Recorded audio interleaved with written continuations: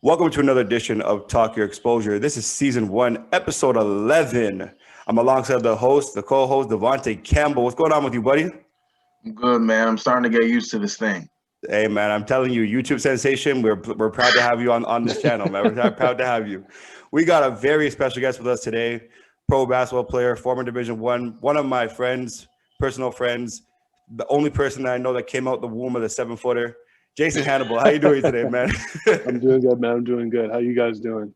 Good, man. Dev, Good. what's good, man? I subscribe to the channel, man. I'll be watching you. See, look at that. Look at that. There you go. we appreciate you taking some time to talk to us today, and we're going to start up the show with some quick hitters from Devontae. No problem. Yeah, man. All right. So, quick hitters, get the feet wet. Gonna give you two guys. In comparison, you got about 6 seconds to answer each. All right. Then we're moving on to the next one. All right. So, first one, Kyle Lowry or Fred VanVleet. Ooh. I'm taking Kyle Lowry. Okay. Taking Kyle Lowry all day. Wiggins, Kelly Oubre. Oh, that one's tough. I'm taking tough. Wiggins. I gotta take him too, man. I gotta take him too. Okay. Sabonis or Julius Randle? Sabonis, no question. Sabonis. Okay. I'm gonna go with Julius, but that's okay. That's what we different. Yeah. Last one. You know, I gotta go around your realm now. So you're gonna take Andre Drummond, or you're gonna take Porzingis? Ooh. Healthy Porzingis? Healthy Porzingis? We gotta get to the 7-footers. I'm taking Drummond. I'm taking Drummond too. All right, we good. We good to go. So you're taking VanVleet over Lowry? Am I taking VanVleet over Lowry? No, I'm not. Okay. I'm not. He's not. I love VanVleet, but I'm not. I'm gonna go with the safe route for this one. Yeah. I like those answers. Especially the Kyle Lowry one. I like that one. Future Hall of Famer. Shout out Kyle Lowry. Exactly. You know. Exactly. Typically, you don't really feel small next to people. Has there been anybody that you stood next to that you're like, holy shit, like I'm actually kind of small? Good question. Yeah. So the first time that I probably felt like pretty small next to someone was I was at University of Portland. We were playing Gonzaga at Gonzaga, right? Mm-hmm. I think this was maybe my freshman or sophomore year, like first or second year. They had a guy, Will Foster. I don't know if you guys know who Will Foster is, but he's like 7'5". And that was the first time I'd ever seen someone like that tall. And so it's probably 2 minutes left in the game. We're getting blown out, and they're at the free throw line, and he checks into the game because he barely played. And he comes and he stands right beside me, and I'm just like, Wow.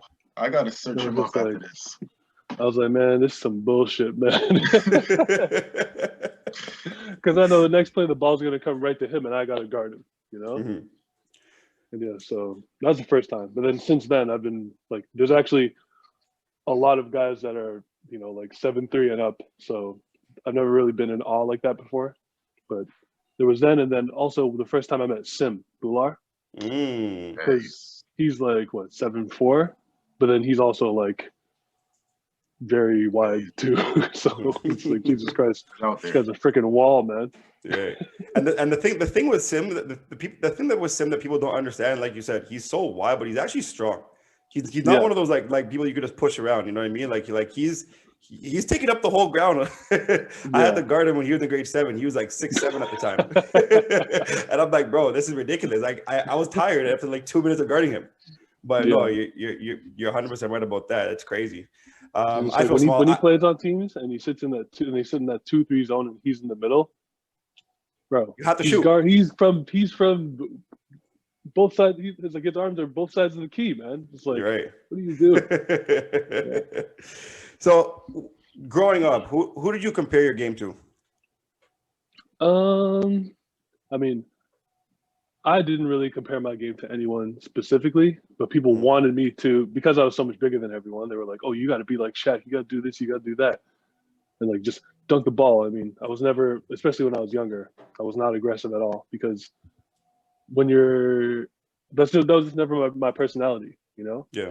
So it was hard to bring that into the game, especially when I was younger. Only when I was older, I learned to go on the court, kick someone's ass, and then be cool off the court. You know? For sure. Respect. So go ahead. Did you idolize Shaq when you were growing up?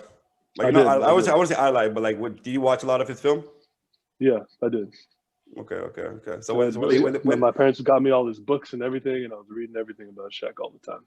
So when they compared you, when they said they wanted you to be like Shaq, were you like, ooh, okay, like that's kind of cool, or was it traumatizing a little bit? No, it was cool, but then I was like, okay, but I like can't touch the rim yet. So what do you want me to do? What do you want me to do?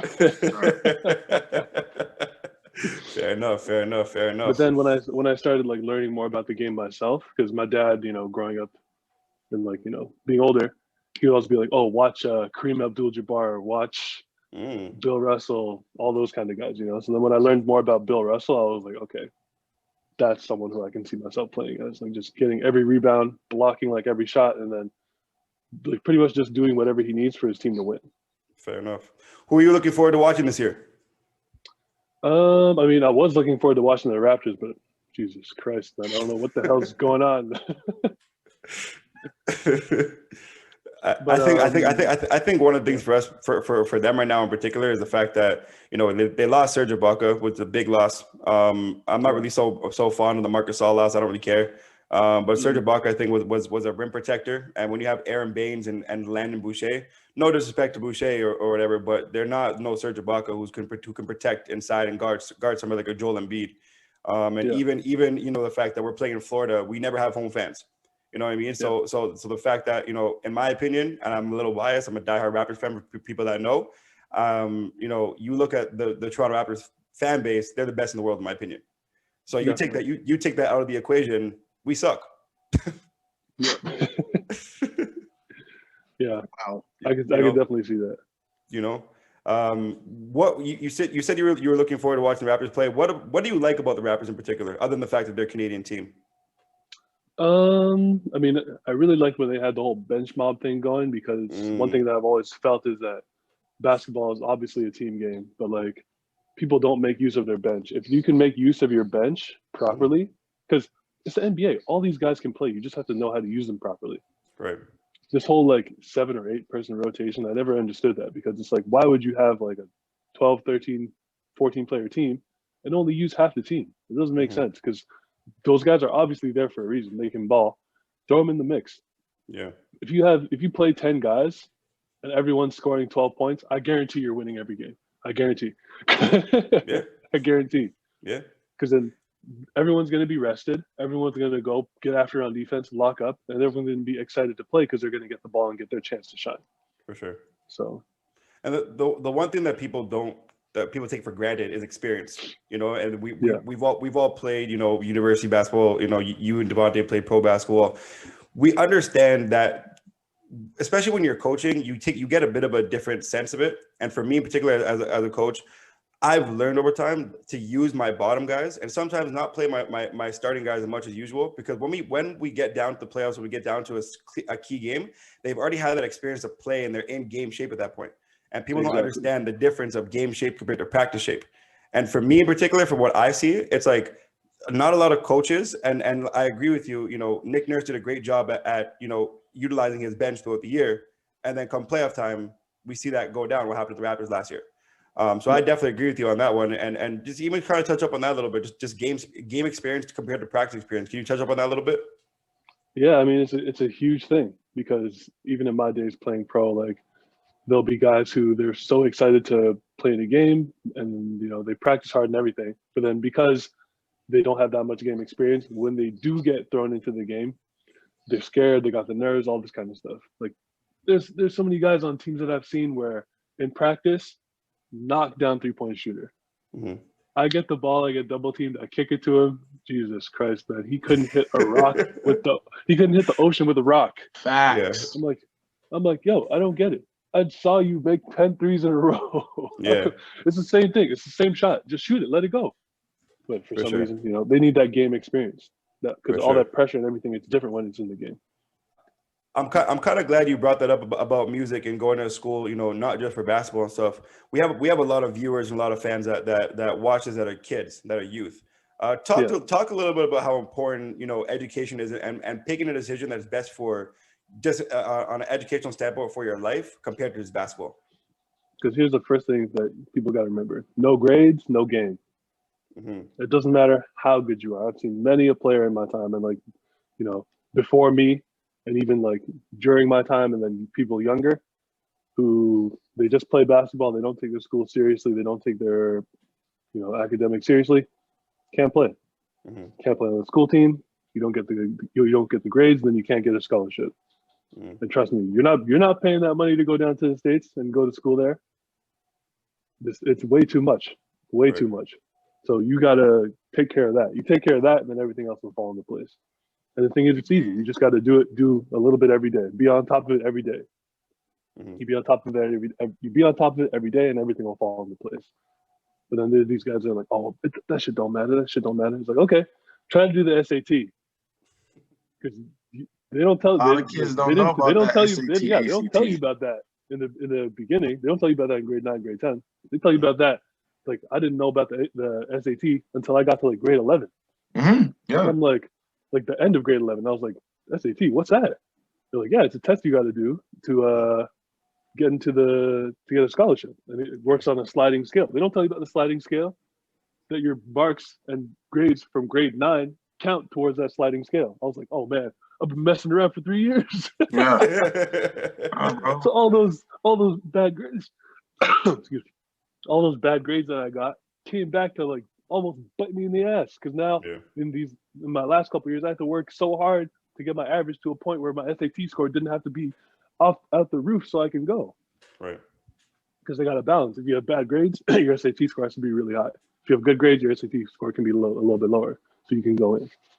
People don't know about that. So because here in Canada, only the grade 12 marks matter.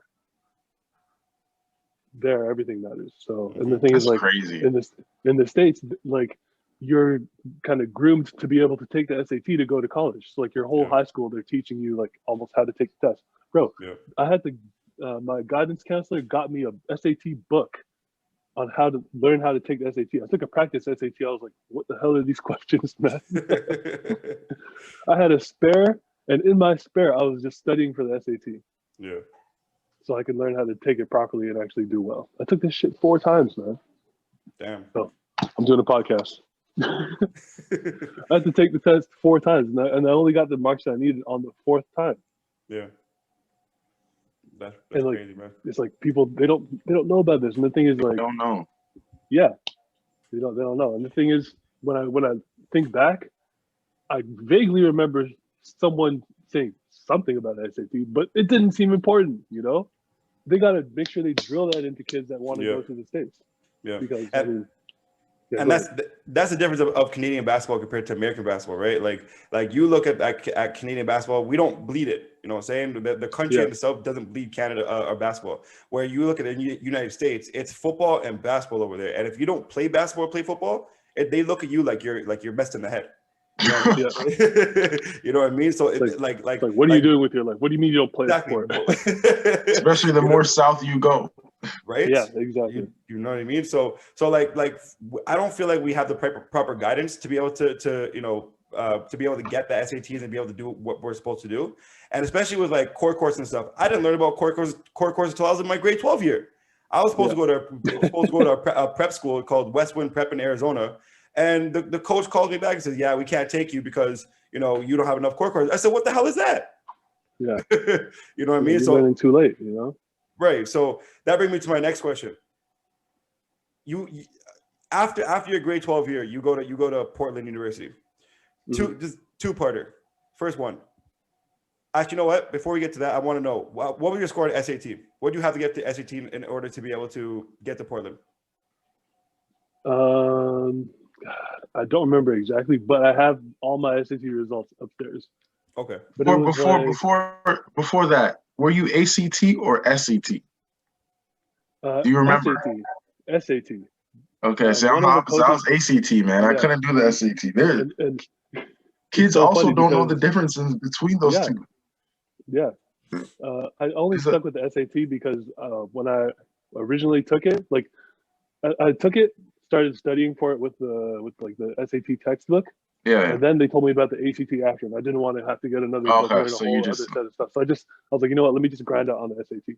But you know, I don't know. I don't know what's going on in the States, but there's something going on there because they always say that black kids score better on the ACT. Yeah, I think no, I've heard of that. I've heard of that. Why? I don't know. It should be a standardized test. Why do black kids score higher on the ACT? I don't know.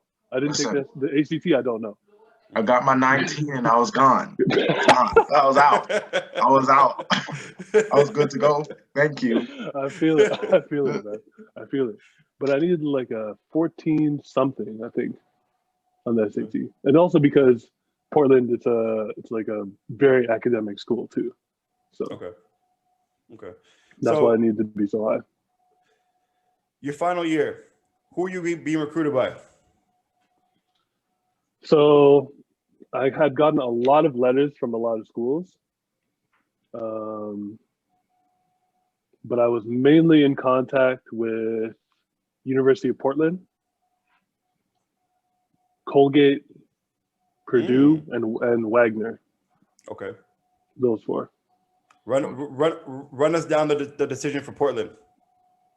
Well, Portland, they just went the hardest because all the other schools, like, there were only two people who came and actually visited me here were the coaches from Portland and then one coach from Oakland University.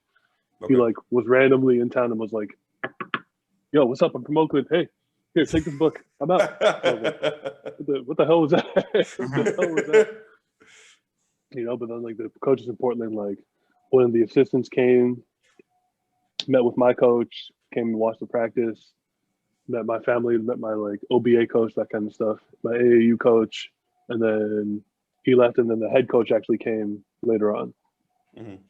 So, and then what I learned from my coaches, they're like, look, this is important because head coaches aren't the ones that come out to visit. Like usually they'll just send the assistant, and the head coach like does not come. So the fact that the head coach is coming all the way here to like literally sit in this living room and talk to you about coming to the school, that's like a big deal. So you should really consider it. It's like I didn't really know that much about you know, the recruitment process, and that's another thing. Like my year, what was that, 2007, was probably one of the last years before people started going to prep school. So it's like going from Canadian high school basketball, which is not good and like wasn't really good back then, straight to Division One. Yeah, that's a huge jump. And so like there's not a lot of like, they don't know how to help you bridge the gap, you know. So I don't know, man, it was tough. Like he came here and it's like, I understand you guys want me to come to Portland, but like I kind of want to see what other options I got, because my dream school was North Carolina and I'd gotten letters from them. Damn, you're a dream of North Carolina. I'm a Yes, Duke sir. Man. Tar Heels, baby. Tar Heels, man. Tar Heels. All right, this interview is over. No, I'm joking. Well, the thing with me is that like even though I was Tar Heels, it's like I never hated Duke. Like they're all so good, but it's just I don't know, something about North Carolina. I just always loved it. So, like I'd gotten letters from them. I went to a camp from them. I'd met, you know, Roy Williams. I'd met Tyler Hansbrough. I met Sean May. All those guys. Marvin Williams. I was like, oh my god, this is a dream come true. Like I will do anything to play here. Absolutely anything. Whatever you want, I'm gonna do it. You know. But like it just never materialized. Like I went to that camp, killed everyone, but just never materialized in anything. You know. And sometimes I think maybe it's because when I didn't know the whole thing about like when teams send you a letter, there's like a recruitment thing that you have to fill out, send back, and then you guys like send letters back and forth, and then they can call you at a certain time, and you can call them at a certain time. But then the thing is, it's weird because how am I supposed to know what time or what day I can talk to you guys if you guys don't tell me? If you don't tell me, how am I supposed to know? Yeah, you know. But there's rules and regulations to all this kind of stuff. But it's like up here, we don't know it. Especially if I go to a school where no one has literally ever played pro basketball ever, coming from that school. You know. Yeah, for sure. So it's like how can they teach me if they don't know? So it's like they can't. I can't blame them. So another reason which I kind of left out or like forgot is that their head coach was also a center. So I felt like because I was still raw, Yeah. he can teach me a lot that I need to learn, you know, to be the best player I can be. So I'm glad you brought that up because I have a question about your coach later on. But right now, I want to know, you're 17 to 19, somewhere between that age gap. You go to Portland. You're far away from your family. Talk about the transition of leaving your family behind and being a young kid to be able to start your basketball career.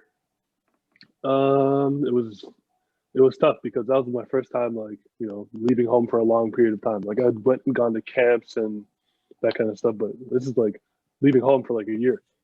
Yeah. And not coming back for that whole year and just playing ball in an environment which I don't know anyone. But I mean, I've always been like, you know, I've been a go-getter, pretty like independent kid in my own, you know, in my own head at least. So I was ready for the challenge, and I was ready to, you know, take those steps to do what I needed to do. At least, well, I thought I was ready. I didn't know what I needed to do, so by the time I got there, I was overwhelmed. I was overwhelmed very quickly. Yeah. That brings me to my next question. What was it like stepping onto that campus and seeing, you know, obviously Port Credit is a lot smaller than any Division I campus in general. So what's it like? You left your family, you're a young kid, you see all these beautiful women all over the place, you see, you know, a bunch of grown men all over the place. What was it like being in damn near close to the NBA at that point? Were you nervous by it? Were you happy? Were you excited? Walk us through your emotions and walk us through what you thought about going into it. Yeah, I mean, I was a little nervous, but I was more excited. Like that anxious excitement, you know? Okay. Because it's like all right, now I'm here. Like I've like this everything that I've been working for has, like, you know, come to a head here. So now it's time to really get to work and like get going and, you know, show these people what I can do. And like I've been watching the NCAA tournament, March Madness with my dad every year, my whole entire life. Yeah. Now I'm ready to, you know, get there with my team and do all this kind of stuff, you know. And it was pretty cool being on campus, especially because our campus was like kind of isolated, like away from the rest of like Portland. So it was like almost like a little, I don't want to say a village, but it's a community and it's within itself. So it's cool to like walk around and see everything. And there's like some really old buildings. They had a gym when I was there. It's torn down now, I'm pretty sure. But Michael Jordan actually shot a commercial in there. Oh wow. Yeah, so it was pretty cool to like see like the history of that kind of stuff and like just learn about the school. And Portland's a great city, great place. A little weird when it comes to the hipster kind of stuff, but you know, that's another story for another day. Right, for sure. Yeah, it was a good place, good meeting people, and then especially when you're in a new place, you're like, wow, when was the last time where I was somewhere that absolutely no one here knows who I am, like knows my personality, knows anything about me. It's like, oh, I could be someone brand new, but that's not me. So I just ended up, you know, being my same old self. And especially back then, I was like, what, 19? Never had a girlfriend, like didn't drink at that point in time. I mean, I still don't drink now because I'm, you know, I'm a great guy. But you know, so about the whole women walking around, it was cool to see, you know, girls walking around and that kind of stuff. But I was so focused on being the best basketball player I could be like when I first got there. So I was just ready to go, you know. Fair enough. Ready to go. Fair enough. Training camp. Talk to us about your first training camp. Were you ready for it? No. No. Yeah. Like I've always been a strong guy, but at that point in time, I had not lifted a weight. And they just threw us in the weight room. We started learning how to do Olympic lifts, that kind of stuff. Like it's like coming from a place where we would practice, and the thing is, because our coach was like a volunteer, we didn't even have practice every day. And then going to a place where you're lifting weights and practicing nearly every day, like my body, it's like now what I know is muscle soreness, I just knew as pain. So I'm like, yo, I'm in pain. Yeah. It was like, okay, are you sore or do you hurt? I'm like, it hurts everywhere. So like learning to differentiate between like being hurt and being sore was another whole step, you know, because they're like, man, this guy's soft, like what's going on? Yeah. But it's like once my muscles finally got into condition of, you know, lifting and doing all that kind of stuff, which took a long time. But Yeah. then I was good. But For yeah, sure. I was not in weight room shape yet. I wasn't in conditioning shape yet, and then I wasn't as skilled as everyone else. For sure. So- For sure. So So some people were looking at me. They were just like, "Who the hell is this guy? This guy sucks." But then, like when they would put me 1-on-1 against someone, okay, now you're seeing I'm cooking them up. I'm hitting them with the dream shake. I'm hitting them with left hook, right hook. They're like, okay, you see okay. why this guy's here. Okay. So I've seen lately that you've been posting some stuff on Instagram related to running and try to get in better shape and stuff like that. When you're when you're 19 down there, what was the hardest thing to contribute or not contribute to? What was the hardest thing to adapt to, just into the lifestyle of American basketball player? Hardest thing to adapt to. I guess what I wasn't really ready for was just like how much. Maybe not. I'm trying to think of how I can put it, because down there it's a business. The NCAA is a business. You lose, like the coaches can lose their job. Yeah. So they treat you like, hey, you guys have to win so we can stay. It's real. Because even though, what do athletes really get? They get their education paid for, they get free food, free room and board, whatever, right? Mm-hmm. But really that's it. And these NCAA makes so much money off, and the school makes money off of the team doing well. So it's like they will drill you into the ground to make sure that they can do as well as they can. Fair enough. And it's like, and especially back then, I don't know what they had against Canadians, but for some reason, I mean, Americans, they were just not. They were like, yo, these Canadians, like they're soft, they're this, they only play hockey, they can't play basketball, blah blah blah blah blah. Yeah. So they were on my neck, and I'm used to having some kind of pressure, when it comes to like leading a team and that kind of stuff. But like, I'm talking about like pressure in everything I do, everywhere I go. They're like, okay, we're at Nike school, you can't wear Adidas shoes walking around campus. I'm like, yo, I'm not trying to wear those weak ass purple shoes everywhere, man. Like you guys got me head to toe in purple, man. I'm out here looking like Barney. Like I gotta change up, but you gotta stick within the rules, and that's another thing. Like everything is by the book. I mean, at least at my school. Yeah. What I learned later on is that not everyone is by the book, but hey, that's just how some schools run. But my school was like very by the book. Like no NCAA violations at the school at all. For sure. So I wasn't ready for how much they were going to be on me about like basketball, and because everything for the coaches related back to basketball, or back to being ready to play and that kind of stuff. So it's like if you were walking around eating like a chocolate bar, it could go to the extreme where it's like, okay, he's eating a chocolate bar. He's not serious about being in shape. It's a chocolate bar, man. I'm 19. I'm 19 years old. Can I enjoy a freaking Mr. Big without someone breathing down my neck? Yeah. But literally, no. Yeah. No, man, you can't. That's crazy. That's crazy. Yeah. Your first game of your freshman season. Who was it against? And first game. And two-parter. First game, who do you guys play against? And at what part of your season did you realize, like, damn, like this person, was there any opponent that taught you anything? Our first game of the season was well, obviously, what do you mean, like exhibition or like actual season game? Actual season game.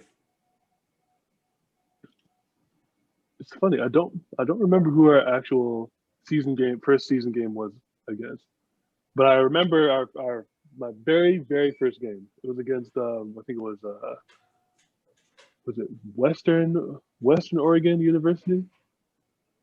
Western Oregon or Western Washington? I think it was Western Oregon. Okay. And they were, because the Division ones, they always play like NAIA Division II just to kind of get their feet wet, But there was a huge shift when I went to UP.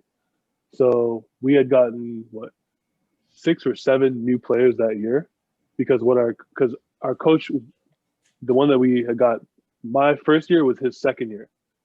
So he had a bunch of players from the old coach, and what he did was he literally just got rid of all of them. Like a bunch of them graduated, and then a bunch of them transferred, and then some of the ones that were left, he was just like, "Yeah, you guys can go somewhere else." And so we had 7 new people, and like a team, a 12-player team with like 7 freshmen. I'm sorry, we were no Fab Five, man. We were no Fab Five. And I'm pretty sure that we lost to that Division II team, but it was like by 1 or something, like right at the end. Yeah. But when we lost, I was like, "Uh-oh." Oh no. Oh no. This season is not gonna be what I thought it was gonna be, And I mean, we were good, but it's just we were all young, we were all new. We didn't know what we had to do, Right. And, like we were trying out there, we were running the plays, but we were all kind of like robots out there, just try not to make a mistake and like feeling each other out. Right. No swag, nothing. Well, okay, I had my swag. At least I kept mine, especially in the beginning. In the very beginning, I had mine. Yeah. I got chopped down later on, but well, I guess we can get to that later. Fair enough. But yeah, that was the game where I was like, "Oh man, we might be in trouble." And then later on, we played BYU. Okay. And that's when they had. I mean, you're not gonna know these guys, but whatever. They had some NBA guys on that squad too, And then we played Washington. We got beat by BYU by like 30 something at home, bro. They didn't even warm up because BYU is like in Utah and like it's a huge like Mormon school and that kind of stuff. When BYU came, because it was a home game, when they came to our place, every BYU fan, every Mormon came to our gym and packed it up. It was literally a home game for them. I didn't know how good they were, but they're literally like 10 minutes before the game in the crowd, shaking people's hands. "Hey, how are you guys doing? Da da da," giving people high fives. I'm like, man, the disrespect. When I get out there, I'm gonna give them a piece of my mind, bro. They destroyed us. They destroyed us, man. I couldn't believe it. I was like, yo, these guys are literally, they're like, right before the jump, doing like some bullshit stretches. I'm like, man, they're not ready. They came out, they whooped our ass royally, man. And the crowd is chanting BYU. And I'm like, yo, we're the Portland fans. I look over, I see our section, they're screaming as loud as they can. But the whole place is just drowning about because there's so many people, So we played Washington, and they had a guy named John Brockman. And this guy is like, it's one of the funniest things that I'd ever seen. 6'7" center.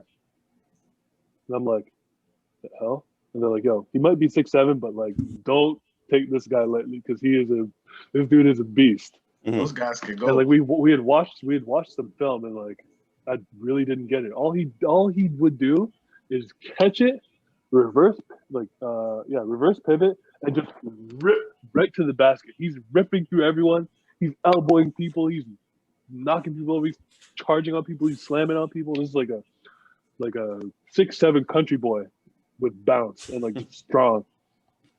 We played against him. Yo, he elbowed me so hard, man. I can imagine. I had never been elbowed that hard ever in my life. Like it's like I felt my whole body like shift to the side. I was like, oh damn. Oh damn.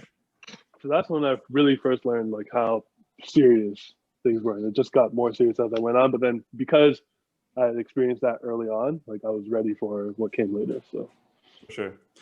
Yeah. Second, third, and fourth year. As you mentioned, you had 6 or 7 new guys. You had a lot of Canadians on the team throughout your years there as well. Talk to us a little bit about your second, third, and fourth year. Did you guys get better? Did you guys feel more comfortable? Did you guys win more games? Was there any possibility of making March Madness because that was one of your dreams when you were younger? Talk to us about all of that. Yeah. So the first year we went, I think it was like 9-22. That only 9 games, but from that point on, like especially because I think that year was good for us because after we got our ass kicked, we were like, okay, look, we need to get it in gear. And also the coaches were like, okay, let's like, we didn't crush them enough to work hard, so let's like crush them more.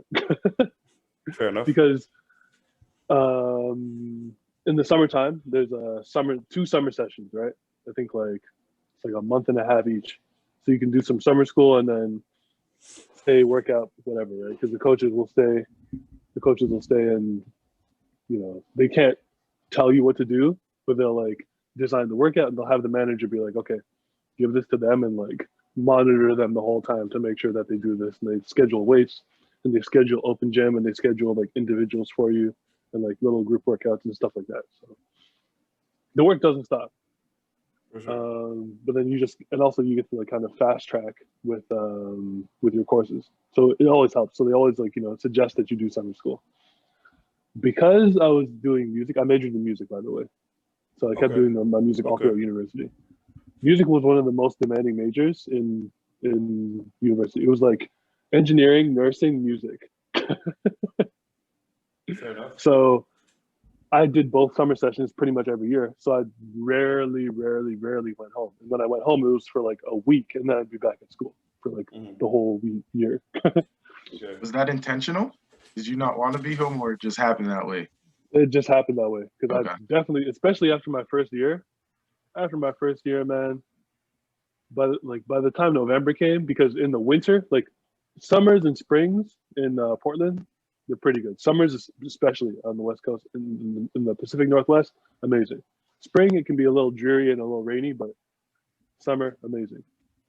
The winter and the fall, Lord, so depressing, man, because it's cloudy all the time, drizzling, like you barely see the sun. And so at least you don't have snow though. Yeah, that's true. Barely any snow out there. It was like one dreary November day, and like I was just so sore and like tired of getting yelled at by my teammates and by my coaches. And I was like, man, you know what? After I'm done with classes and after I'm done with practice, I'm coming home. I'm coming back to my room and I'm seeing where I can transfer because this is some bullshit. sophomore year, Freshman year. Okay. Freshman year. This is like 2 months into school. I'm like, man, this is some bullshit. I got to go somewhere else, man. And after practice, I came back, and I just never did it because I was like, okay, I can't.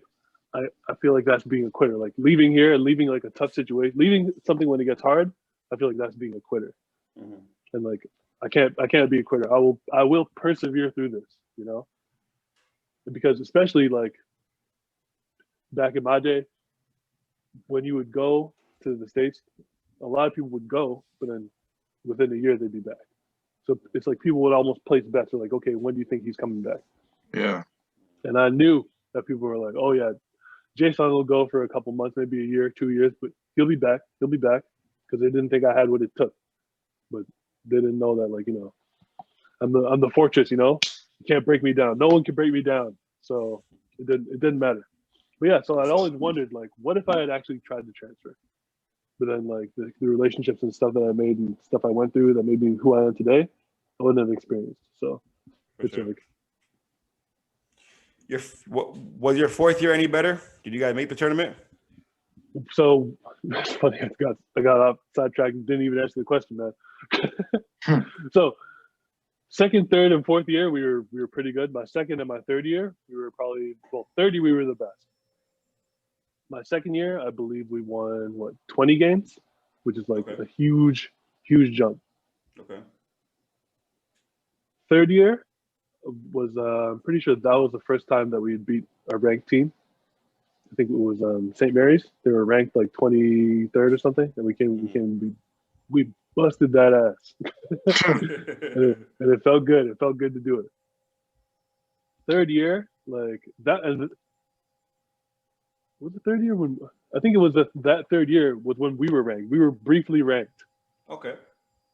And it's like that was the first time university had been ranked in like I don't know how many years. And people were hyped, people were amped. But the problem is when you're ranked, other teams are amped to play you too. So like we went to a tournament in Anaheim. We played Minnesota when DeVoe was there, beat their ass. Mm. We played we played UCLA, blew them out by 30. Okay. We played I think there was someone else we played and we dusted them. And it's funny because like we're on TV because this game was I think it was like on ESPN2 maybe, like or that whole tournament. And they're like, we don't know who any of these guys are. It's some small school in Portland, and they're winning everything. They're saying everyone's names. People are getting mad. They're People like, started getting mad. yeah, they're actually getting mad because like did teams like Clemson in this tournament and like like Clemson, UCLA, Minnesota, like big name teams that are usually like in the high up in the tournament, and we are killing them. And the thing is, like, it was so cool to see how some of my teammates, you know, they went from like, you know, not having that much swag or that much confidence to having so much confidence, you know, being up there. Because there's this guy on our team, Jared Stoll. You look at him, he looks like just a regular guy. But this dude is a motherfucking sniper, man. Like, to this day, I think one of the best shooters I've ever seen live. And like, I'm telling you, I will put my money, like, depending on what shooters in the NBA, I'm putting my money on Jared. Because this dude did not miss. Like, we were playing UCLA. And I think he like went 10 for 12 from three. Something crazy like That's that. ridiculous. I think in 2000, when did we graduate? 2011, 2010, 2011, somewhere around there. He was like ranked the number 1 or 2. I think it was 1, number 1 shooter in NCAA. Like while he was there, 3-point percentage. He was shooting like 46 or 47 something percent, 47 point something. Crazy. They interviewed him. They're like, how are you making so many threes? And that's from him is where I got the whole throwing a rock into the ocean thing, because that's what he said to the reporter on TV. He said, once I see a couple going, it's like throwing a rock into the ocean. I was like, oh, that's tough. I like that. Oh my God. I like that. Yeah. So it was so cool seeing that. And we ended up losing to West Virginia, I think, in the semis of that tournament. And that was the year when West Virginia went to the Final Four. So that's not they pressing like that back then? Full court defense, all up in your face? Yeah, they've always been the same. They've always been the same. And then with their coach yelling at the whole time. Yeah. Coach going crazy on the side the whole time, swearing at them, but that's just how they play, you know? Yeah. Send teams up. And then we got ranked, and I was like, okay, it's about to happen, you know? But then we got ranked, and then we had 2 bad losses in a row, and then we lost our ranking like that. Oh my God, jinxed that killed me. Yeah, that killed me.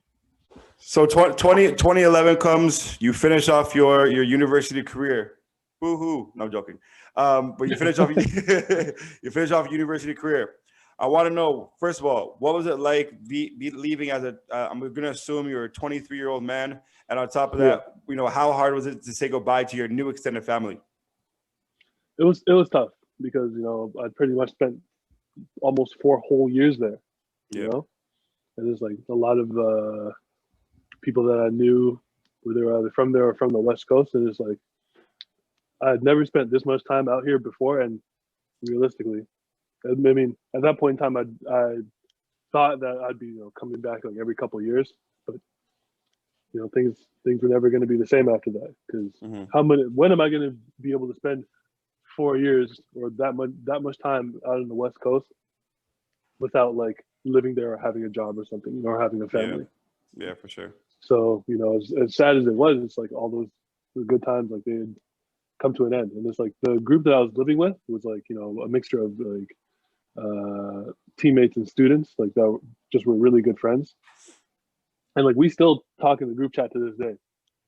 And saying bye to those guys, especially because like I was one of the guys that put our house together, and we had like an epic fun year, like on the court and off the court. It was sad, man. Like tears were definitely shed. Like you know, like the grown man hugs, or you like grab him and like, I miss you, my guy. You know, pat him on the back and shit. Like, yeah, it was tough and it was sad because like I even had a lot of support out there because people who were fans of the team, they saw me go from like, you know, someone who was like out of shape, not ready to play, to someone who was like, you know, a staple guy off the bench, like a guy who would come off the bench and like bust someone up, you know, come dunk on someone's head, then go back and sit down. You know, come and just coming in, bringing the energy, you know. Yeah, for sure. So For sure. it was tough, and it still makes me sad to think about it, because like every year I'm always like, I'm gonna go out there, I'm gonna get out there, and then something always happens. Yeah. Something always happens, man. I don't know why. So they say that coaches are like extended fathers. Did you still keep in contact with your coach to this day? And if so, do you guys have conversations about like your pro career, like what to help you with, or have you guys had those conversations a lot, or no? No, Okay, I mean, he wasn't like a father to me. fair enough. Fair enough. So after I'd left, I mean, I'll spare you guys the whole story of everything that happened. But like when I was leaving and trying to go pro, I didn't really receive the support that A, I wanted, and B, I think I should have got, Hmm. or even C, the support they said they were going to give me Yeah. when I was going to go pro. Yeah. So after going and being successful, like there would be people saying, "Oh hey, good job, Jason. We're so proud of you," and I'd be like, "Yeah, thanks." And just kind of kept it moving, because like I just You, don't want you, that. you the love wasn't there. You didn't feel the love. Yeah, no, it wasn't there. Yeah, So, I I feel mean, you. there was probably some kind of tough love there, or like, because how they always treated me was like, they would do something and they'd be like, "Yeah, Jason, I'll be all right," Mm, and I always was, so like that's why they would keep doing it, because it doesn't matter. It never really mattered what they did. Whatever they did, I would find a way to, be all right, be okay, recover from it, whatever. yeah. So Correct me if I'm wrong, but 2012 to 2014, you go to Slovenia. correct. We'll Well, talk. so and the thing with seasons starting at like the end of the year, that always messes me and other people up, because it's not really 2012 to 2014. It's like 2011 fall to like 2013 fall. Mhm. So it's like almost there, but like like a little under with the year. But Fair enough. Fair yeah, enough. so my first year, rookie year, it was a eye-opening experience, because as tough as college was, and that's the thing, because I was like, okay, college was hard, but there's no way this can be harder. Like I'm Mhm. finally gonna be getting paid. I was so wrong. The pro game, and the whole thing that comes with being a pro basketball player. It's a world within itself. Mm. The world within itself, and they don't play around, and like they'll try to play around with you, but as soon as money gets involved, like everything changes. Everything changes. Mhm. So talk to us about that the contract negotiation and why you chose Slovenia. Was that your only offer? Did you have other offers? Just give us a whole rundown of what pursued you there, and also give us a whole rundown of what the experience like was to now have a brand new extended family. Yeah. So my agent was the one that helped me decide everything, especially in that first contract. He had contacted some teams out there. There were a couple teams interested. Like I think there were three. I can't remember exactly, but I know that there were at least two that were like in close proximity. One was like a pretty high level team, and then one for 1 year, and then one was a lower level team for 2 years. Mm-hmm. So as good as it would be to go for the higher level right away and like more money, he said it would be safer to go for the team with this lower with 2 years, so then you can experience what it's like to be a pro. Because if you play well, the money will come. Mm-hmm. So many people are so fast to try to jump at the money, especially if it's earlier in your career. It's better to get settled in first, because it's so easy for you to go to a team that's a high level, them expect something, you mess up in one or two games, and they just kick you out. Especially when you're rookie season, when you're trying to establish yourself in the game. If you get axed early, that's it for you. Like it's hard to recover from like a bad rookie year, especially a year that you're not there the whole time. Even if you played well and get cut, they're gonna be like, okay, well, if you're like another team's gonna look at that as a red flag, because teams, they're trying to see whatever they could find as a red flag, so they can either pay you less or go for someone else. Yeah. So you got to do what you can to like preserve yourself, and like so they chose to go with the team that was a little bit of a lower level, a little bit less money, but then 2 years, because then that's like a guaranteed stay for 2 years.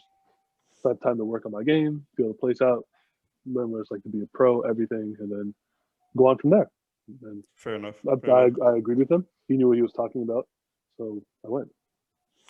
And honestly, I feel like even in today's in the NBA game and stuff, people always look for that little bit of a long-term deal because they feel like, unless you're going to Kentucky University, but other than that, typically they want to be, like you said, they want to feel out the codes, they want to feel out the program, they want to feel out where they live, and people don't really like leaving, bouncing back and forth between countries or cities or states, whatever the case might be, right? So Exactly. talk to us a little bit about, again, how it felt to just kind of pick yourself up and leave to a whole another country, similar to Canada, but just talk to us about, the anxiety level and again, being away from home, maybe, if, like you said from earlier, from when you're at Portland, not knowing people, just give us a rundown about where your emotions were during those times.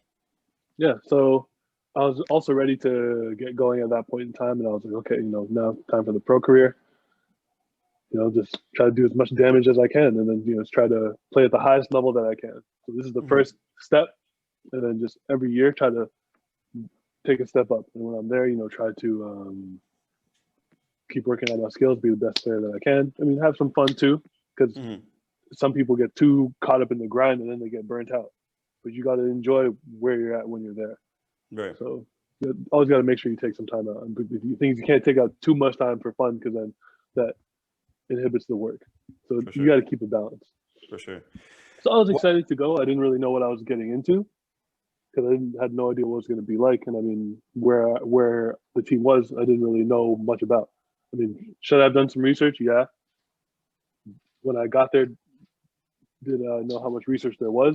No, but then there wasn't much to research about that place because I fly into the airport in Ljubljana. And we're driving, and we're going. I'm like, wow, man, Ljubljana is so great. Like, I wonder, like, where our gym's at, or where I'm going to be staying. And we just keep on driving and driving and driving, and then we're like going through the mountains and through the forest. I'm like, man, where the hell are we going? And then where I'm playing is literally in like a very small town of, I don't even know how many people, maybe like 1,000 people, if that.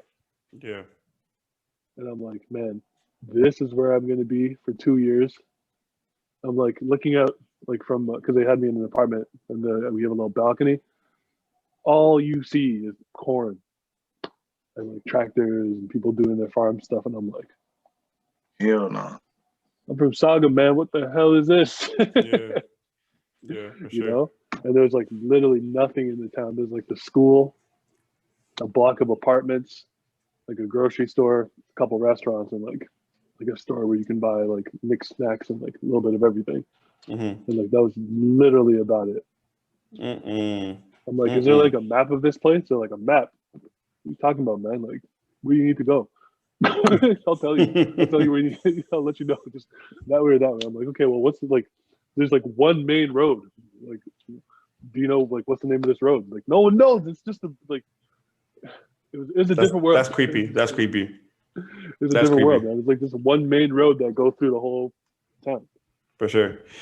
So talk to us a little bit about playing there for the 2 years, just actual playing at this point. Obviously you were named the block weeks or the block or MVP for, I think it was week 2, week 3 of 2013, 12 or something along those lines.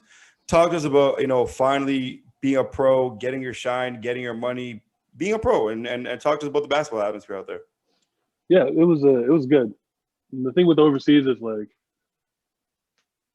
the passion they have for watching a game is so different from here, because here you'll be at an NBA game and it's like, yeah, it's packed, but people only really get up and stand up and are excited when they're giving away free stuff. Like they have the t-shirt can, everyone's like, oh, yo, over here, t-shirt. But like over there, none of that. There's none of that. Crazy. Cheerleaders, none of that. And they're going nuts the whole time. Like you score a basket, people are going insane. And it's like really people only go insane when people score like at the end of the game or like at the buzzer or something here, right? And so it's pretty cool. Like I shoot a hook and everyone starts cheering. No, so there was that. I mean, practice was kind of tough. We had 2 practices a day, every single day.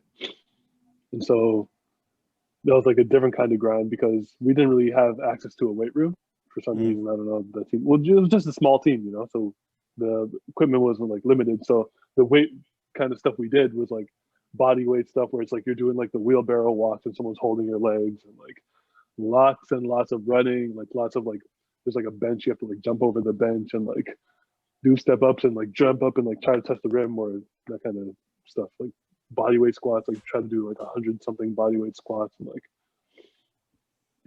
stuff like that. So it was just a different atmosphere, but it was just also very hard. And then sometimes I'd wonder like these guys have literally just been playing out here for like the majority of their lives, and they're so good. Fair. Sometimes I wonder like how they would fare if they had gone like to the States or like something like that, because some of these point guards are like so creative. Some of these guys can shoot. One of like my first year, the other big on our team is arguably one of the best guys that I've ever played against as a big. I do not understand it. A guy named Dmitry from Uzbekistan. I thought he was lying. I didn't even know that was a real place. He's like, "Have you heard of Uzbekistan?" I was like, "Uzbekistan, really? Like, who do you think I am, man? You think I'm some kind of idiot? Uzbekistan is not a real place." He's like, "No, it is." I'm like, "Tell me about this Uzbekistan." It's a real place, yo. It's a real place. 7'1" from Uzbekistan. Hairy as all hell. Skinny like a twig. He's like Rudy Gobert skinny. But this dude had range to NBA 3, handles, bounce, could almost touch the top of the backboard, and he was the fastest guy on our team by far, like smoking the guards in every race conditioning thing, most conditioned and fastest. I'm like what can he do? How old was he at the time? He was like 27. So I was like 23, 24. He was 27. He'd been there for the last 3 years. So he'd literally just been there for 3 years, grinding every single day on his game. That's it. That was literally it. He ate junk. He ate all kinds of bullshit. He would just eat like cakes and spaghetti. Wow. And he was a machine. Yeah. But he had performance anxiety. He couldn't play in the games. I knew something was coming. Yeah. He couldn't like he would, especially when I got there. You guys don't understand. My very first play of my very first pro career, we were doing like 3-man weave 201 back. I was the first person to go, and I got dunked on in my very first thing. I like rarely get dunked on. By him. I'm coming. By him with ease. Like he didn't even care. This guy said, "Welcome to the league." Right. Exactly. I couldn't believe it. Like they just ball to him. He just jumped off one leg, 2 hands, and like my hand was like all the way up. He went like this, like over my hand, and then just dunked. He gets back in the back of the line, like nothing happened. I was just like, I've arrived. This is gonna be a long year, man. He's just like running the fast break, and I'm chasing him the whole time. And it's like I'm like literally trailing him on every single play. Yeah. If he doesn't get the rebound, he's out of there, down the court like that. Yeah. He gets the rebound, outlets it, and it's still like I have a head start, and he still beats me down the court, man. And I'm running as fast as I can. Yeah. And the thing is, like, this is back when I was in like prime shape too, so I wasn't slow. Like, he was just so quick, but like when it came to the games, he would just get nervous and then he would just mess up. Transition now to 2014 to 16. I think those are those times. You come back home now. You play in the NBL. What was it like? What was it like to finally be home and be with your family? And this is the first time in what, 8 years, 9 years you've actually been like, yeah, I'm home. It felt good. I got drafted to the Halifax Rainmen. Okay. I was hoping to get drafted to the team in Mississauga because that's where I'm from, but yeah, didn't happen. So Halifax was it, and it was a good environment out there. Okay. And we had a really good team out there too. I ended up leaving the team, kind of 3/4 of the way through the season, and got another contract to go play in Mexico. Mm. But while I was there, we were a solid group, and it felt good to be back on like home soil. Even though the NBL, I've never really agreed with how the NBL like runs things, just because the turnover rate is so high and like the pay isn't that good. So it's like, how do you expect to truly build a league where people are just getting switched in and out like all the time? And especially back then, you only needed like 3 Canadians on the team. So what some teams would do is they just take any 3 Canadian guys, sit them on the bench, and then just have all the Americans play. Pay all the Americans a lot, play them a lot, and the Canadians are getting like the league minimum, which is like 1,600 Canadian a month, sitting on the bench. That's Serb right there. Bro. Yeah, bro, Serb is more. You're right. Like, you telling me I went Division 1, did all this to play pro in my country, to be treated like this at home? Yeah. I mean, I wasn't treated like that, but I saw other Canadian guys get treated like that. So that sucked, because I played a good amount in Halifax and had a good time out there. You guys actually went 22-10 that year, I think it was. You guys came second in the league. Obviously, you mentioned that you weren't there the entire time. But talk to us about, did you guys make the finals? Did you guys how was that season at the end? Like, how did you guys finish off? Well, there was a lot of controversy in how that season ended. Can only imagine. Because it was, I'm pretty sure it was game 7. Like the last game. There was a brawl in the morning. Like, yeah. Among the team. Yeah, well, no, among both teams, like our team and their team. There was like a brawl in the morning, and then coach was like, "Yeah, okay, if we play tonight, it's just going to be another fight. Like, literally, there's not going to be a game. Everyone's just going to fight. Yeah. So we're not going to play." And then just got everyone on the bus to go home. And then they were like, "Yo, you have to play. You have to play." It's like, well, we don't feel safe. Like, we aren't going to jeopardize our guys who are going to want to play other places for a weak ass championship. Like, they're like, okay, we'll postpone the game. So they say they're going to postpone it and maybe let tempers cool a little bit, whatever. Then the next day, they just announced that we forfeited. What? Oh, wow. What? Like, what kind of rules are those, man? How are you going to tell us that you're going to postpone it and then just say we forfeited? Mm-hmm. So that's how that ended. But really, I think if we played that last game, that we would have won. So transition now. You go to the summer league. You play for the Washington Wizards summer league team. You play with another Canadian, Kevin Pangos. One of the best point guards that I've ever seen, to be honest with you. I've seen a lot of point guards play, and in my opinion, I think he's one of the best. Who deserves an NBA contract sometime down the line. So hopefully he'll get that. Talk to us about that experience about playing in the summer league with these NBA guys, getting coached by these NBA coaches. Talk to us about the process about getting there, and talk to us about some of the information that you learned from them, and just key points you learned from even these NBA guys as well. Pangos is an amazing guy. My fellow West Coast Conference buddy. Mm-hmm. He got to Gonzaga right after I'd left, so unfortunately I didn't get to play against him. But it would have been cool. Right. But yeah, so a whole year with the Washington Wizards as like a player development intern, which is basically how I earned my invite to Summer League, because they're like, look, you'd be helpful for us because the coaches are either not big enough or they're like kind of frail to be banging with the bigs. So if you can do that, we'll tell you what to do. You do it. We'll put you on the summer league team. I was like, bet, let's go. So I was there for the whole year. Yeah.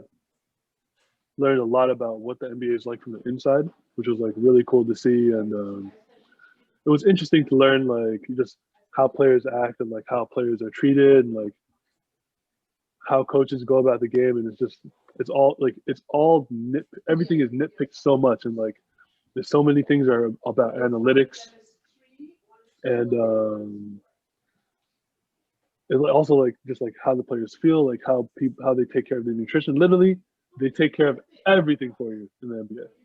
Because now after seeing that, I was like, how do some of these guys fail? Yeah. Because they do literally everything in their power to make sure you succeed.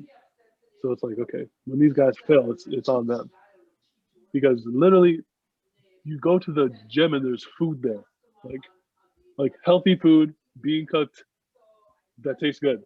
So I mean, you don't even gotta cook for yourself, man. You could come to the gym, eat, practice, get extra shots up, do your weights, get your food for home, like, pack something to take home, eat later, and you're good. Like I don't understand. Like people are just out there just get in trouble or like not focusing on the right things, and that's what happens to them. But yeah, so it was really cool getting the chance to be in summer league.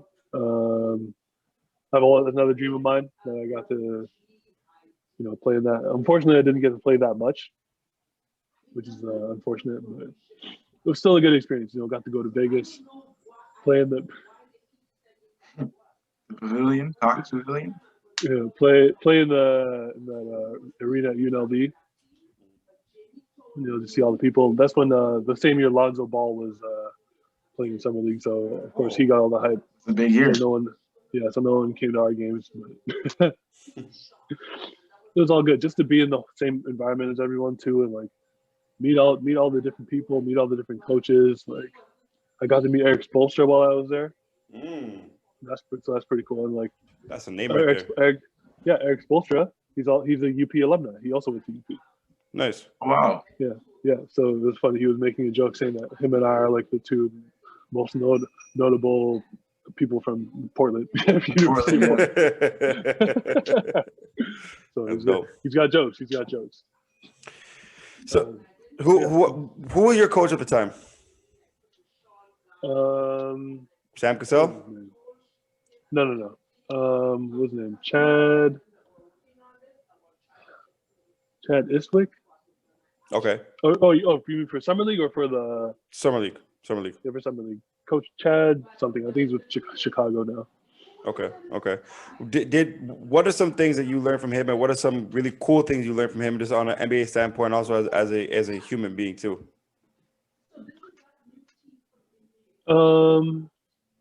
What did I learn from him? I mean, personally, I don't think I learned all that much from him, just because, like, you guys got to understand, I really wanted to play, and when I only got to play like 5 minutes in the last game, I was like, "Yo, coach, this ain't it, man," because I understand they had to play a lot of like the roster guys, like the first, second year guys who are forced to play in summer league, But the thing is, like, because summer league is so much about exposure, they don't need exposure. They're already in the NBA. So what do they really care about playing in summer league? They don't. So I understand that you have to play that, but you've got to throw some of the dogs in, because the dogs that are hungry are the ones that are going to get you the win. Yeah. Because we lost every game. And me sitting there being like, I mean, I don't know really realistically how much impact I would have had. I mean, personally, I think I would have balled out, but you never know how the game would go. But I'm like, if I don't play, we're not going to win. That's how I was feeling, I'm like, if they don't put me in the game, we're not going to win, because none of these other guys care. Like, I'm going to be out there trying to, like, I'm not just trying to show and get points and do this. I'm trying to win the game. Like, these guys are out there trying to make a summer league highlight tape, man. I don't care about that. I'm trying to win. Do you remember the guys? Did they draft anybody that year? I'm thinking I don't remember who their draft pick was. No, I can't remember. But some of the guys that are on my team were the guy from Villanova who hit the shot to beat UNC. Who else is on my team? What's his name? Devin Robinson from he ended up playing on Raptors 905 too. But he was on the team. Oh yeah, from Florida. Okay. Yeah. Who else? Pangos. But Pangos is really good. There was a guy who went to Pitt who was good, Michael something. Don't remember his name. And then there was another guy, really short guy, but he like led the NCAA in scoring. Marcus something. He's like went to 5'8", Central something Michigan. like that. Yeah, that guy. Okay. Yeah. Okay. So you're okay. I know that group. I remember that group. Yeah. I remember So that. I mean, like we were all right, but like I don't know, man. Those guys, like Politics of the game I don't want sometimes. to say it was I don't want to say it was a selfish team, but like we didn't play as a team, you know. Like guys are just trying to get their points, and it's like even me as someone who barely played in summer league, like one of the unwritten rules of basketball, and everyone knows it. When someone who doesn't play gets into the game, what do? Trying to score that thing every You time. give them the ball. You give them the Yeah. ball. Mhm. You make sure that person gets the ball.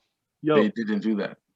no, man, I couldn't believe it. I got into the game. Everyone was finally excited for me to get into the game because even all those people that I had worked with, like the other, like, you know, managers and stuff like that, like I don't want to say lower level guys, but guys that weren't coaches, they were like, yo, when Jason gets in, because they knew I could play. They're like, oh, when Jason gets in there, watch what's gonna happen. Like he's gonna open so many eyes. So I got in there. They're like, yes, finally a chance.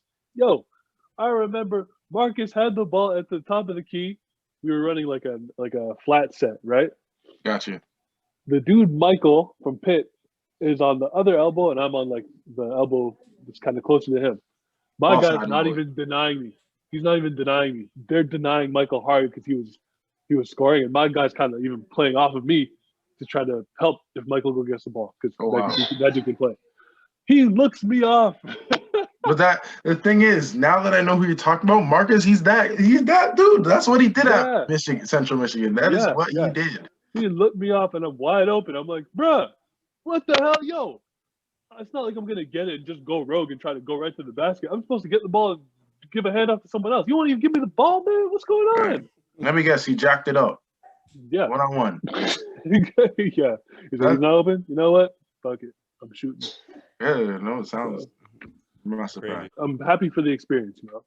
For sure. Did I learn anything from Chad? Not really. I mean, it was what it was. You know, I appreciate the experience. Glad I could always say, hey, I was in summer league. I even got my picture. So no one can say I wasn't there. I think I got like 1 rebound and 1 foul or something like that. No doubt. So in a perfect world, you know, Chad puts you a little bit earlier throughout the whole tournament, and you see where the cards lay out. But speaking of a perfect world, I always like to conclude with this. Ask a few more questions here on the topic of it being a perfect world. So you finish off this sentence for me. In a perfect world, you're in high school again, your last year at Port, and you have a chance. You have a full scholarship to go anywhere for college. You cannot pick North Carolina. You cannot pick Portland. Who would it be? Who would and it why? Be? And it can be anywhere. Any team. Any team. Kentucky. Mm. And I would go there because like they're basically an NBA factory. Now, do all their players do like very well in the NBA? That's up for debate. But like they make it there, and if you make it there, like it's on you after. It's on you, yeah. So knowing that if I went there and they'd put pretty much me going to the NBA first on their like list of things to do, or at least one of them, because like even if you go to Kentucky and like you don't play, you can transfer anywhere you want. Someone's gonna take you, and then you will play. Because I look at Kyle Wiltshire, who's also like, you know, Canadian, but you know, is from Portland, all that kind of stuff. Good friend of mine. Went back to Gonzaga. Yeah, went to Gonzaga and destroyed. And now he was in the NBA for a little bit, playing his ass off overseas. He's got it made. He's fine. But all because literally all because he left Kentucky. Yeah, but then all because he went to Kentucky in the first place. You know? That resume is everything. Yeah, like if you have a chance to go to Kentucky, man. Now, you're excelling at Kentucky, scoring double digits. I'm not going to put a number, but you're going to get drafted. You know, you're a lottery pick. You know, you have multiple offers from teams in the NBA. They need you. Now, ultimately, it comes down to you. obviously you have a voice of opinion. You don't get to pick where you get drafted. But if you had that option, which city are you going to? Toronto, man. Oh, Toronto, man. Toronto. Why? But Why? well, just because I'm from here. Mm-hmm. Because I'm from here, it'd be amazing for like my family to come see me play and like family, friends, and like kind of build something here for like the youth them, because I would love to come back and like build something for kids to be able to, have maybe not the same path, but just have an option if they really want to grind and go to it. Make it so they have a chance. Because like I'm not gonna pretend. Like if I wasn't 6'10" here and I was like maybe like 6'5", would I have had the same chances?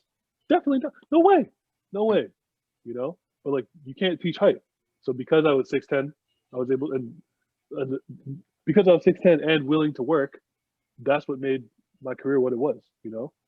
Because there's a bunch of guys that are 6'10" and lazy or thought they deserved this or deserved that, but I was never like that. But all I ever needed was an opportunity. And luckily, people put me in the right place to have the opportunities I needed to get seen by the people who I needed to get seen by to make it so that, today at 32 years old, I'm still playing.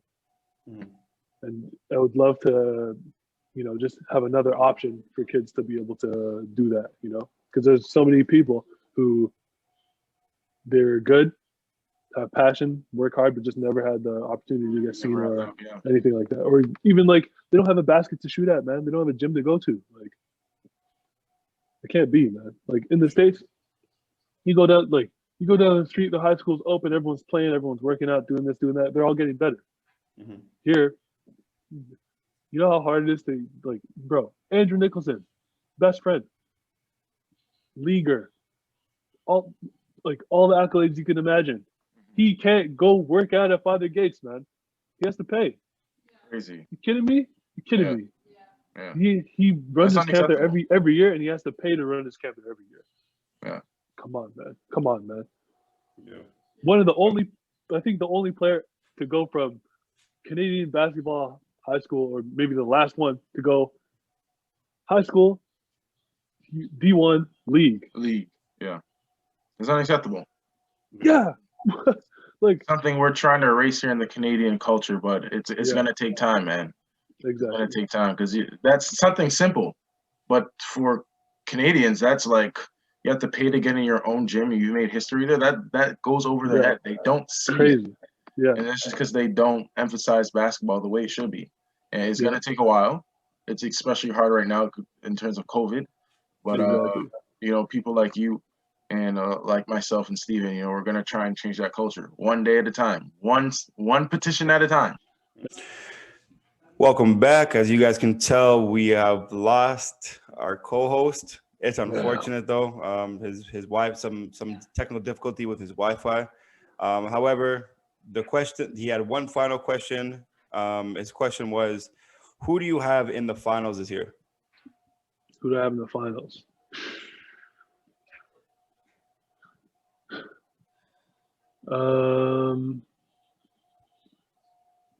I'm gonna say Lakers and Bucks. Okay. Because the Lakers, LeBron and Giannis.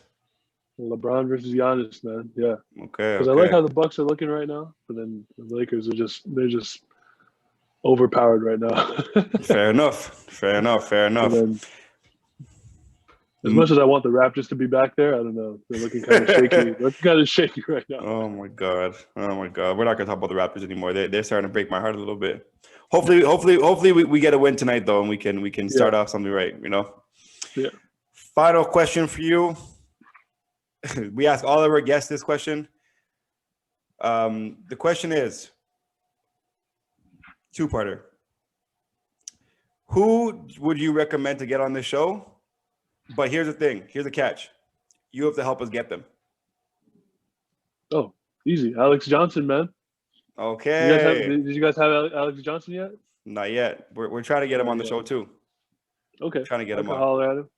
Okay. Good friend of mine, longtime friend. We used to play on Toronto 5-0 together. Way back. Jeez. Yeah. Jeez. 15, 16 years old. Toronto 5-0. Oh my God, that is a vintage team to talk about. Toronto 5-0. My God, Yeah. my God. Oh man, they actually turned into Good old Ace. days. Yeah. They turned into Ace. Devin, Jordan. No, Devin. I forgot his last name, but Devin took over them and brought them over to Ace. Crazy, That's crazy. good. Yeah. Hey, Jason, we want to thank you for your time. Thank you very much for taking the time to talk to us today, talking no to our problem. viewers Thank you. and everything. Let us know where your socials are, man. We want to be able to give you some follows. Featuring Big J on all platforms. All Jason right, man. Hannibal, Jason with 2 N's, Hannibal like the movie. Okay. We like it. Again, man, Happy New Year to you and your family. Hopefully 2021 is a lot better than what happened this past year. Again, thank you for your time, and we really appreciate you taking the time to talk to us today.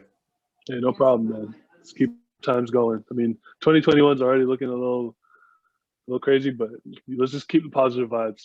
Most definitely, man. Most definitely. And man, we'll talk to you soon. Hey, take care, man. All right.